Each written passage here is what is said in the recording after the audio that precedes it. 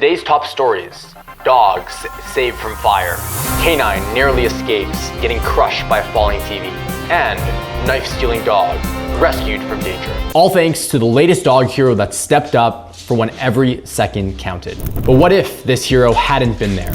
This exact heartache is what many dogs go through, helplessly wandering every single time their owner leaves the house. In fact, this exact feeling is what this couple used in order to drive a passion to invent something that allowed them to stay connected with their dog Gobi while they left home.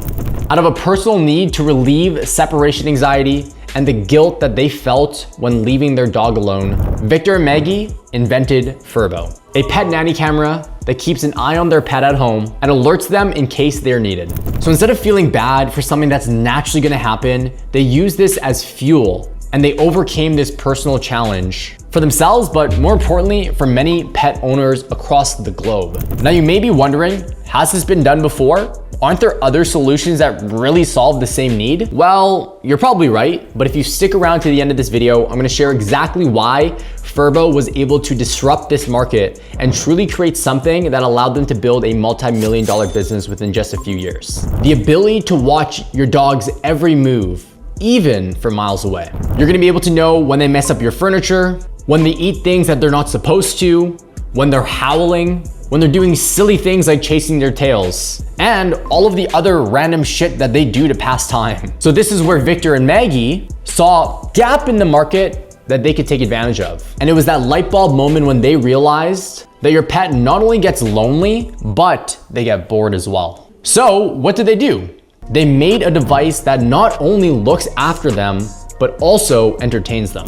But how did they turn this simple light bulb moment, this idea, into something that is now a must-have for all furry pet owners? First, they started off by getting data. They did a simple survey that targeted about 1,000 dog owners. And their goal was to understand each dog owner's #1 problem. And what they realized was a staggering 85% of all of those respondents, meaning 850 of those same people felt the exact same thing that they felt when they left their dog at home by themselves. Now, the idea of solving the need for both surveillance and interaction with their dogs is what really started getting them to be creative and thinking outside the box. And this is what led them to a simple concept that most likely was going to be very challenging to make. And that was combining a high-tech camera with two-way audio, plus a treat dispenser that will soothe and reward the dog no matter where you are. Now, Victor was the inventor. He's the one that had the crazy idea. And then Maggie, she was the marketer. Their minds together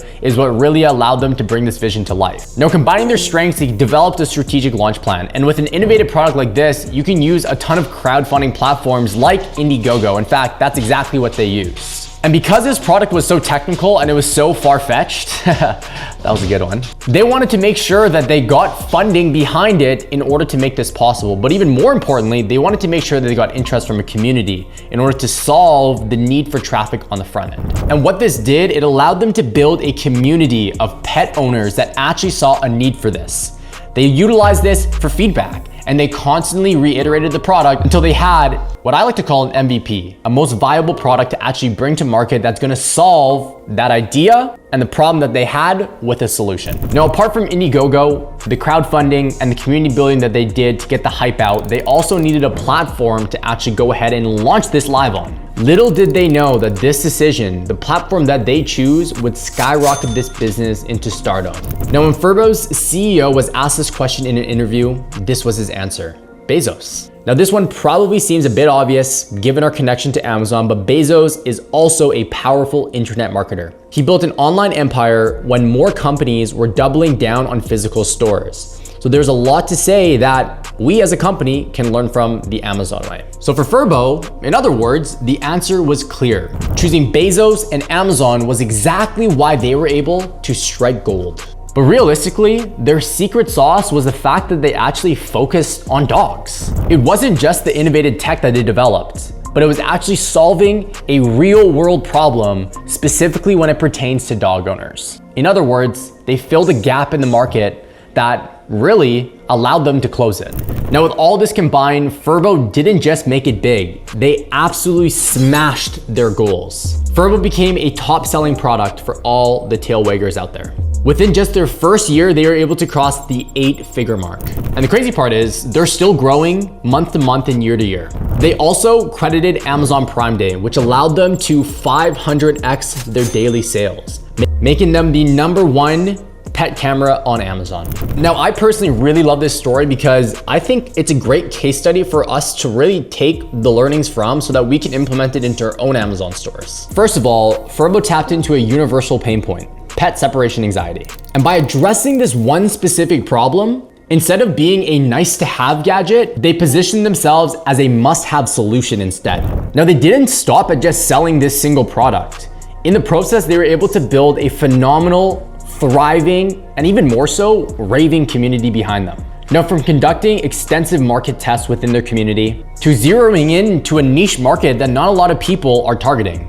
In my opinion, their approach was extremely methodical, but on top of that, it was very customer centric. Let's take a page out of Furbo's playbook. Number 1, solve a specific problem. Number 2, hyper focus on your niche target market.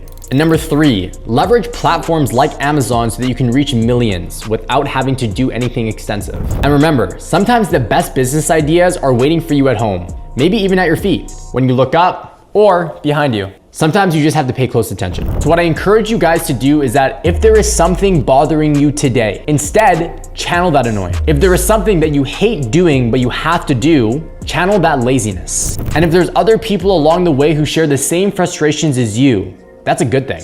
It's time to stop thinking and for you to start doing. And if you've got a problem that you think that only you know how to fix, start looking for ways to solve that problem for everybody to be able to use. Start looking for ways to fix that same problem for other people like you. And when you pay close attention to the world around you, you'll find your own place in a specific market. So keep pushing, keep innovating, and stay tuned for more insights that might be able, just might, be able to strike that light bulb moment for you.